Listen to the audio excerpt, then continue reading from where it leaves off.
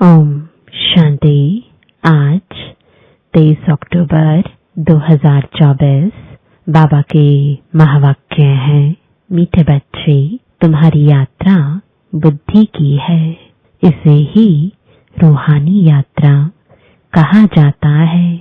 तुम अपने को आत्मा समझते हो, शरीर नहीं। शरीर समझना अर्थात उल्टा लटकना। प्रश्न है, माया के पंप में मनुष्यों को कौन सी इज्जत मिलती है? उत्तर है, आसुरी इज्जत। मनुष्य किसी को भी आज थोड़ी इज्जत देते, कल उसकी बेइज्जती करते हैं, गालियां देते हैं। माया ने सबकी बेइज्जती की है, पतित बना दिया है। बाप आए हैं तुम्हें दैवी इज्जत वाला बनाने। ओम शांति। रूहानी बाप रूहों से पूछते हैं, कहाँ बैठे हो? तुम कहेंगे, विश्व की रूहानी यूनिवर्सिटी में। रूहानी अक्षर तो वो लोग जानते नहीं। विश्वविद्यालय तो दुनिया में अनेक हैं। यह है सारे विश्व में एक ही रूहानी विद्यालय, एक ही पढ़ाने वाला है। क्या पढ़ाते हैं? रूहानी नॉलेज। तो यह है स्पिरिचुअल विद्यालय अर्थात रूहानी पाठशाला। स्पिरिचुअल अर्थात रूहानी नॉलेज पढ़ाने वाला कौन है? यह भी तुम बच्चे ही अभी जानते हो। रूहानी बाप ही रूहानी नॉलेज पढ़ाते हैं, इसलिए उनको टीचर भी कहते हैं। स्पिरिचुअल फादर पढ़ाते हैं। अच्छा, फिर क्या होगा? तुम बच्चे जानते हो, इस रूहानी नॉलेज से हम अपना आदि सनातन देवी देवता धर्म स्थापन करते हैं। एक धर्म की स्थापना, बाकी जो इतने सब धर्म हैं उनका विनाश हो जाएगा।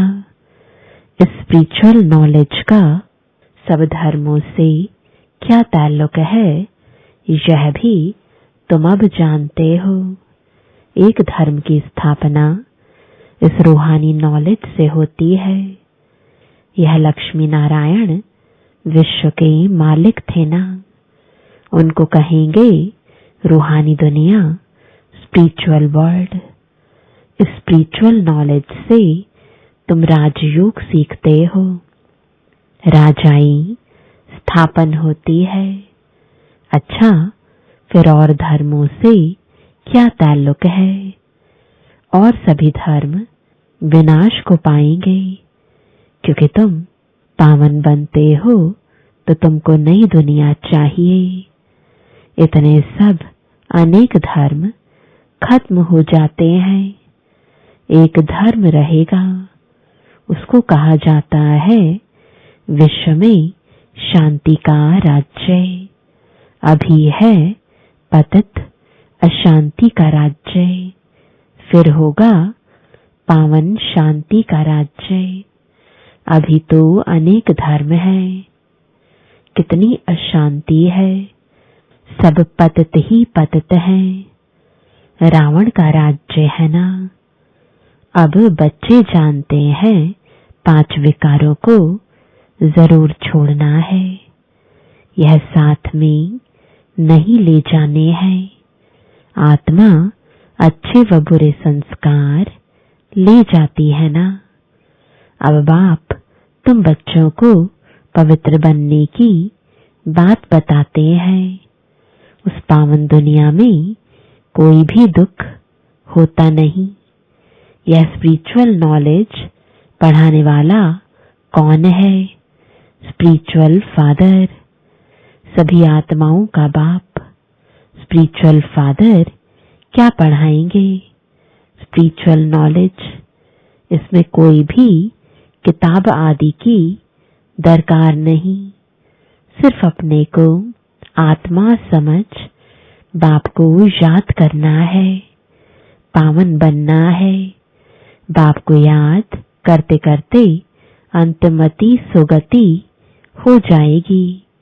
यह है याद की यात्रा।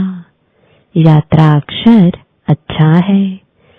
वह है जिस्मानी यात्राएं, यह है रूहानी। उसमें तो पैदल जाना पड़ता है, हाथ पांव चलाते हैं। इसमें कुछ नहीं, सिर्फ याद करना है। भल कहाँ भी घूमो फिरो, उठो बैठो, अपने को आत्मा समझ बाप को याद करो। डिफिकल्ट बात नहीं है, सिर्फ याद करना है। यह तो रियलिटी है ना। आगे तुम उल्टे चल रहे थे। अपने को आत्मा के बदले शरीर समझना, इसको कहा जाता है उल्टा लटकना। अपने को आत्मा समझना, यह है सुलटा। अल्लाह जब आते हैं तब आकर पावन बनाते हैं। अल्लाह की पावन दुनिया है, रावण की पतित दुनिया है। देह अभिमान में सभी उल्टे हो गए हैं। अब एक ही बार देही अभिमानी बनना है तो तुम अल्लाह के बच्चे हो। अल्लाह हूँ नहीं कहेंगे। अंगुली से हमेशा ऊपर की तरफ इशारा करते हैं तो सिद्ध होता है अल्लाह वह है। तो यहाँ जरूर दूसरी चीज है। हम उस अल्लाह बाप का बच्चा हूँ, हम भाई भाई हैं। अल्लाह हूँ कहने से फिर उल्टा हो जाएगा कि हम सब बाप है, परंतु नहीं।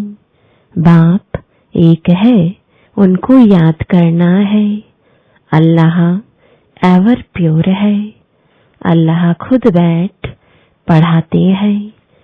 थोड़ी सी बात में मनुष्य कितना मूंझते हैं। शिव जयंती भी मनाते हैं ना। श्री कृष्ण है स्वर्ग का पहला राजकुमार। यह बेहद का बाप इनको राज्य भाग्य देते हैं। बाप जो नई दुनिया स्वर्ग स्थापन करते हैं, उसमें श्री कृष्ण नंबर 1 प्रिंस है। बाप बच्चों को पावन बनने की युक्ति बैठ बताते हैं। बच्चे जानते हैं स्वर्ग जिसको वैकुंठ विष्णुपुरी कहते हैं, वह पास्ट हो गया है, फिर फ्यूचर होगा। चक्र फिरता रहता है ना। यह ज्ञान अभी तुम बच्चों को मिलता है। यह धारण कर और कराना है। हर एक को टीचर बनना है। ऐसे भी नहीं कि टीचर बनने से लक्ष्मी नारायण बनेंगे। नहीं, टीचर बनने से तुम प्रजा बनाएंगे। जितना बहुतों का कल्याण करेंगे उतना ऊंच पद पाएंगे। स्मृति रहेगी। बाप कहते हैं ट्रेन में आते हो तो भी बैच पर समझाओ। बाप पतित पावन लिबरेटर है, पावन बनाने वाला है। बहुतों को याद करना पड़ता है। जानवर, हाथी, घोड़े आदि कच्छ मच्छ को भी अवतार कह देते हैं। उनको भी पूजते रहते हैं। समझते हैं भगवान सर्वव्यापी अर्थात सब में है। सबको खिलाओ। अच्छा कण कण में भगवान कहते हैं, फिर उनको कैसे खिलाएंगे? बिल्कुल ही समझ से जैसे बाहर है। लक्ष्मी नारायण आदि देवी देवताएं थोड़े ही यह काम करेंगे। चींटियों को अन्न देंगे, फलाने को देंगे। तो बाप समझाते हैं तुम हो रिलीजियो पॉलिटिकल। तुम जानते हो हम धर्म स्थापन कर रहे हैं। राज्य स्थापन करने के लिए मिलिट्री रहती है, परंतु तुम हो गुप्त। तुम्हारी है स्पिरिचुअल यूनिवर्सिटी। सारी दुनिया के जो भी मनुष्य मात्र हैं, सब इन धर्मों से निकल अपने घर जाएंगे। आत्माएं चली जाएंगी। वह है आत्माओं के रहने का घर। अभी तुम संगम युग पर पढ़ रहे हो, फिर सतयुग में आकर राज्य करेंगे और कोई धर्म नहीं होगा। गीत में भी है ना, बाप आप जो देते हो वह और कोई दे ना सके। सारा आसमान, सारी ही धरनी तुम्हारी रहती है। सारे विश्व के मालिक तुम बन जाते हो। यह भी अभी तुम समझते हो। नई दुनिया में यह सभी बातें भूल जाएंगी। इसको कहा जाता है रूहानी स्पिरिचुअल नॉलेज। तुम बच्चों की बुद्धि में है कि हम हर 5000 वर्ष बाद राज्य लेते हैं, फिर गवाते हैं। यह 84 का चक्र फिरता ही रहता है। तो पढ़ाई पढ़नी पड़े तब ही जा सकेंगे ना। पढ़ेंगे नहीं तो नई दुनिया में जा नहीं सकेंगे। वहां का तो लिमिटेड नंबर है। नंबरवार पुरुषार्थ अनुसार वहां जाकर पद पाएंगे। इतने सब तो पढ़ेंगे नहीं। अगर सभी पढ़ें तो फिर दूसरे जन्म में राज्य भी पावें। पढ़ने वालों की लिमिट है।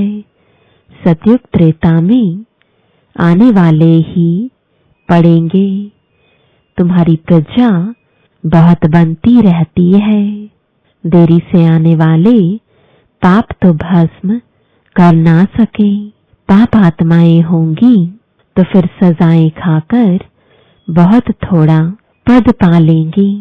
बेइज्जती होगी। जो अभी माया की बहुत इज्जत वाले हैं, वह बेइज्जत बन जाएंगे। यह है ईश्वरीय इज्जत, वह है आसुरी इज्जत। ईश्वरीय अथवा दैवी इज्जत और आसुरी इज्जत में रात दिन का फर्क है। हम आसुरी इज्जत वाले थे, अब फिर दैवी इज्जत वाले बनते हैं। आसुरी इज्जत से बिल्कुल बैगर बन जाते हो। यह है कांटों की दुनिया, तो बेइज्जती हुई ना, फिर इतनी इज्जत वाले बनते हो। यथा राजा रानी तथा प्रजा, बेहद का बाप तुम्हारी इज्जत बहुत ऊंच बनाते हैं, तो इतना पुरुषार्थ भी करना है। सब कहते हैं हम अपनी इज्जत ऐसी बनावें, अर्थात नर से नारायण, नारी से लक्ष्मी बन जावें। इनसे ऊंच इज्जत कोई की है नहीं। कथा भी नर से नारायण बनने की ही सुनते हैं। अमरनाथ तीजरी की कथा यह एक ही है। यह कथा अभी ही तुम सुनते हो। तुम बच्चे विश्व के मालिक थे, फिर 84 जन्म लेते नीचे उतरते आए हो। फिर पहला नंबर का जन्म होगा। पहले नंबर जन्म में तुम बहुत ऊंच पद पाते हो। राम इज्जत वाला बनाते हैं, रावण बेइज्जतवान बना देते हैं। इस नॉलेज से ही तुम मुक्ति, जीवन मुक्ति को पाते हो। आधा कल्प रावण का नाम नहीं रहता है। यह बातें अभी तुम बच्चों की बुद्धि में आती हैं, सो भी नंबरवार। कल्प कल्प ऐसे ही तुम नंबरवार पुरुषार्थ अनुसार समझदार बनते हो। माया गफलत कराती है। बेहद के बाप को याद करना ही भूल जाते हैं। भगवान पढ़ाते हैं, वह हमारा टीचर बना है, फिर भी एब्सेंट रहते हैं, पढ़ते नहीं है। दर दर धक्के खाने की आदत पड़ी हुई है। पढ़ाई पर जिनका ध्यान नहीं रहता है तो उनको फिर नौकरी में लगा देना होता है। धोबी आदि का काम करते हैं, उसमें पढ़ाई की क्या दरकार है। व्यापार में मनुष्य मल्टी मिलियनर बन जाते हैं, नौकरी में इतना नहीं बनेंगे, उसमें तो फिक्स पगार मिलेगी। अब तुम्हारी पढ़ाई है विश्व की बादशाही के लिए। यहाँ कहते हैं ना, हम भारतवासी हैं, पीछे फिर तुमको कहेंगे विश्व के मालिक। वहां देवी देवता धर्म के सिवाय दूसरा कोई धर्म होता नहीं। बाप तुमको विश्व का मालिक बनाते हैं तो उनकी मत पर चलना चाहिए। कोई भी विकार का भूत नहीं होना चाहिए। ये भूत बहुत खराब है। कामी की हेल्थ बिगड़ती रहती है, ताकत कम हो जाती है। इस काम विकार ने तुम्हारी ताकत बिल्कुल खत्म कर दी है। नतीजा यह हुआ है, आयु कम होती गई है। भोगी बन पड़े हो, कामी, भोगी, रोगी सब बन जाते हैं। वहां विकार होता नहीं तो योगी होते हैं, सदैव तंदुरुस्त, और आयु भी 150 वर्ष होती है। वहां काल खाता नहीं। इस पर एक कथा भी बताते हैं। कोई से पूछा गया, पहले सुख चाहिए या पहले दुख चाहिए? तो उनको कोई ने इशारा दिया, बोलो पहले सुख चाहिए, क्योंकि सुख में चले जाएंगे तो वहां कोई काल आएगा नहीं, अंदर घुस ना सके। एक कथा बना दी है। बाप समझाते हैं, तुम सुख धाम में रहते हो तो वहां कोई काल होता नहीं, रावण राज्य ही नहीं। फिर जब विकारी बनते हो तो काल आता है। कथाएं कितनी बना दी हैं। काल ले गया, फिर यह हुआ। न काल देखने में आता है, न आत्मा दिखाई पड़ती है। इनको कहा जाता है दंत कथाएं। कनरस की बहुत कहानियां हैं। अब बाप समझाते हैं, वहां अकाले मृत्यु कभी होता नहीं। आयु बड़ी होती है और पवित्र रहते हैं। 16 कला, फिर कला कम होते होते एकदम 9 कला हो जाते हैं। मैं निर्गुण हारे में कोई गुण नहीं। एक निर्गुण संस्था भी बच्चों की है। कहते हैं हमारे में कोई गुण नहीं, हमको गुणवान बनाओ, सर्वगुण संपन्न बनाओ। अब बाप कहते हैं पवित्र बनना है, मरना भी है सबको। इतने ढेर मनुष्य सतयुग में नहीं होते, अभी तो कितने ढेर हैं। वहां बच्चा भी योग बल से होता है। यहाँ तो देखो कितने बच्चे पैदा करते रहते हैं। बाप फिर कहते हैं, बाप को याद करो। वह बाप ही पढ़ाते हैं। टीचर पढ़ाने वाला याद पढ़ता है। तुम जानते हो शिव बाबा हमको पढ़ा रहे हैं। क्या पढ़ाते हैं वह भी तुमको मालूम है। तो बाप अथवा टीचर से योग लगाना है। नॉलेज बहुत ऊंची है। अभी तुम सबकी स्टूडेंट लाइफ है।